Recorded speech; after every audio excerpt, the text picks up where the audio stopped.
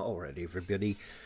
Um, I still have to figure this out. So, if everything is all right, this is the first time that I will be streaming, actually streaming. So, right now, what you're looking at is a graph that shows the primary energy consumption, and it's in million tons of oil equivalent. Now, I was talking to someone on the internet, and we were debating whether we should or shouldn't build nuclear power reactors, and that's a moment when many of these people start, clinging on to cost or trying to point out that wind, for instance, is being built much faster than nuclear power plants are, and I actually wanted to point out that that's incorrect. And once I pointed that out, the guy was saying, "Well, since I am winning this argument, you are now trying to, you know, wriggle out of it. Try to become, um, evasive." And I was like, "But that's not how we win. So what does winning mean in my world?" And I figured out that there were two goals that need to be met before I consider that mankind is winning. I don't care about winning in the debate. I mean, that's a whole other issue. But winning as a species, that's much more important. So when we look at this graph, it's pretty clear. Back in 2017, nuclear, hydroelectric, solar, wind, and geothermal and biomass together were about 11% of all the primary energy consumption in the world. And coal, natural gas, and crude oil were, the other 98%. And so you can see, let's discard biomass for a second. We can see that, you know, we don't occupy a large piece of the pie there.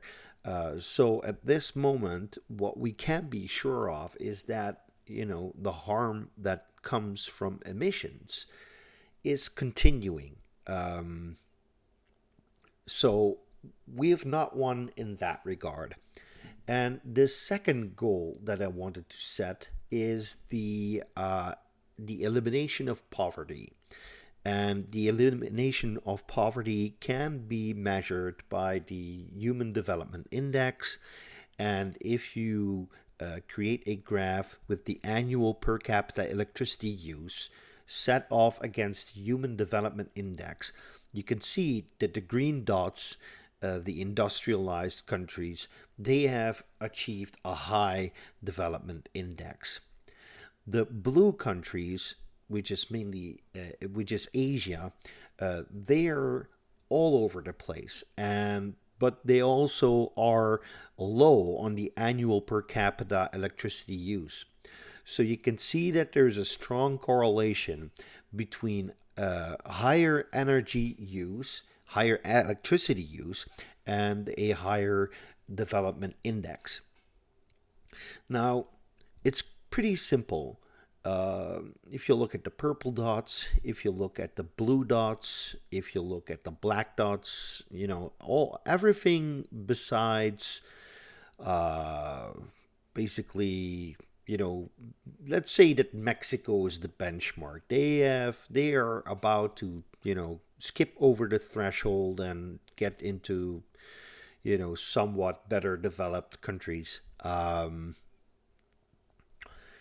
There's just no substitute. If you want to have a higher development index, you have to increase your per capita electricity use, which also means that you have to increase your your electricity production and all. So if I look at this graph and I look at this graph, the it's pretty much clear we are not winning.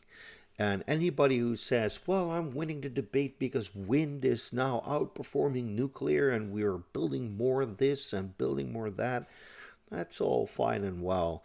But the reality is that we're not even landing a punch at this moment. Not on fossil fuels and not on poverty. So there's a whole lot of countries that are, around, I don't know, India, Pakistan, Iraq. I mean, let's face it, these people are still pretty poor. And I don't think that it is a good thing to regress, to start using less energy. In any case, we need all these countries to start, using more electricity, and to do that while defeating the green, red, and gray in this particular graph here. So that's all I wanted to say today. I wanted to keep it brief. Thank you all for watching, and have a nice day. Bye-bye.